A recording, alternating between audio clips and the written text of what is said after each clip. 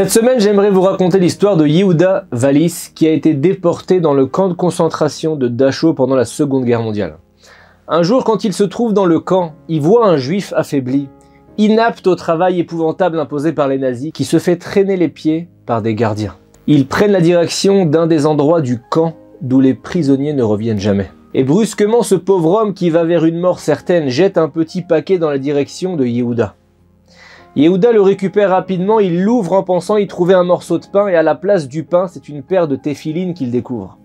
Il est effrayé parce qu'il sait que posséder des téphilines est passible de mort dans le camp de concentration. Yehuda est paniqué, il hésite à laisser les téphilines par terre mais il ne veut pas manquer de respect à un objet de culte sacré. Il cache comme il peut le paquet contenant les précieux téphilines sous sa chemise et court vers son baraquement de prisonnier.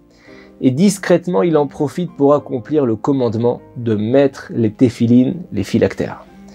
Alors qu'il commence à sortir les téphilines de leur pochette, il sent une tape sur son épaule. Il se retourne et se trouve nez à nez avec un officier nazi. Il l'arrête immédiatement et le conduit vers le commandant du camp, qui lui dit « Faites-le sortir dehors. Il ne doit pas mourir d'une mort normale. On va le pendre devant tous les juifs et on va leur raconter ce qu'il a fait. » Les nazis préparent une potence. Ils ordonnent à tous les juifs du camp d'interrompre leurs travaux forcés pour se réunir à l'emplacement où est prévue l'exécution. Même les femmes du camp voisin séparées par des barbelés sont obligées d'y assister. Personne ne comprend ce qui se passe. Mais la rumeur circule vite. Un juif aurait été arrêté pour avoir accompli une mitzvah. Le pauvre Yehuda se met debout sur la table à côté d'un poteau auquel on attache une corde. Il suffit d'un coup dans la table pour qu'il soit pendu. Pendant ce temps, le commandant agite les téphilines devant lui et hurle. Ce juif, cet insolent, a été surpris en train de vouloir mettre ces lanières que vous connaissez tous. Alors celui qui pratique ici le judaïsme mourra comme cet homme-là. Nous allons maintenant le pendre et toute personne qui osera faire comme lui mourra tout comme lui. Vous allez tous assister à sa mort. Il se tourne vers Yehuda avec un regard moqueur et lui demande, comme pour mieux l'humilier, « Quelle est ta dernière volonté ?» Et Yehuda répond avec un sang-froid qui décontenance les officiers du camp, « Mettre les téphilines une dernière fois. » Le commandant est surpris, mais il est connu pour son sadisme et cette situation tragique l'amuse beaucoup. Il décide de lui passer les téphilines. Yehuda prend les téphilines et récite la bénédiction. Il enroule les lanières autour de son bras. Le commandant décide au bout de quelques secondes de mettre fin à cette scène et un officier repasse la corde au cou du condamné. Un instant avant que le bourreau ne donne un coup de pied à la table sur laquelle Yehuda se trouve, ce dernier regarde tous les juifs qui pleurent et il s'adresse à eux à voix haute en disant « Pourquoi vous pleurez? J'ai gagné. Vous ne comprenez pas, c'est moi le gagnant. » Le commandant est furieux, il le fait descendre de la table et il décide de lui infliger une mort plus cruelle encore.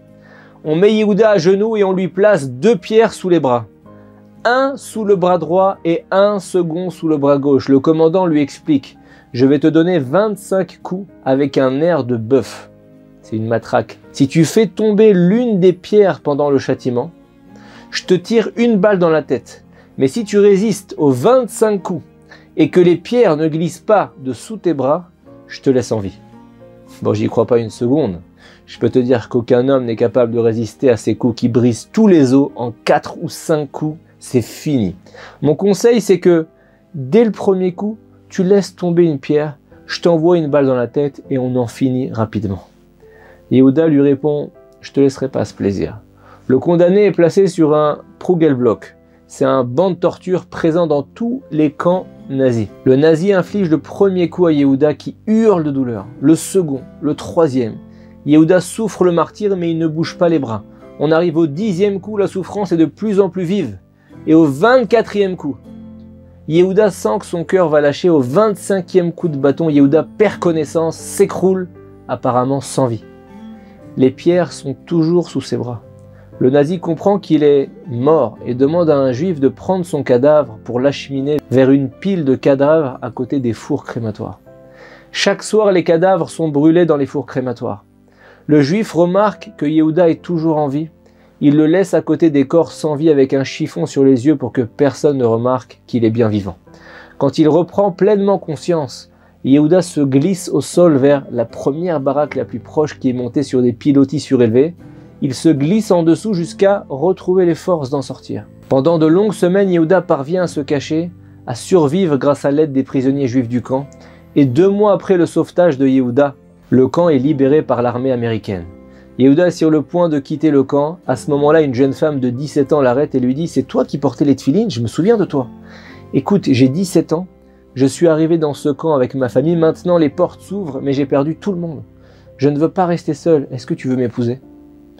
Yehuda accepte à condition de trouver un rabbin pour les marier selon la loi juive.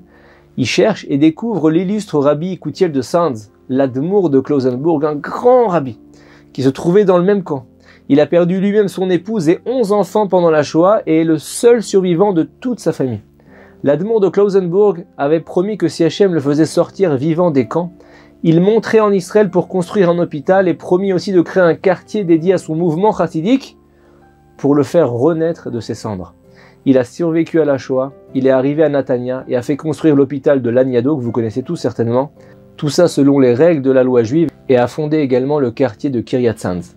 Rabbi Koutiel de Sanz accepte de marier Yehuda et cette jeune fille et rédige lui-même de mémoire la Ktuba, l'acte de mariage que les petits-enfants ont encore aujourd'hui en leur possession. La mitzvah des tefilines est un signe qui rattache Dieu à son peuple. Yehuda n'avait aucune obligation de mettre les tefilines dans une situation aussi dangereuse. Mais le bonheur qu'il a eu à recevoir cet objet si sacré a surpassé toute tentative de raisonnement chez lui. L'attachement au commandement d'Hachem a une valeur incalculable et les descendants de Yehuda en savent aujourd'hui en Israël, à Natania, quelque chose.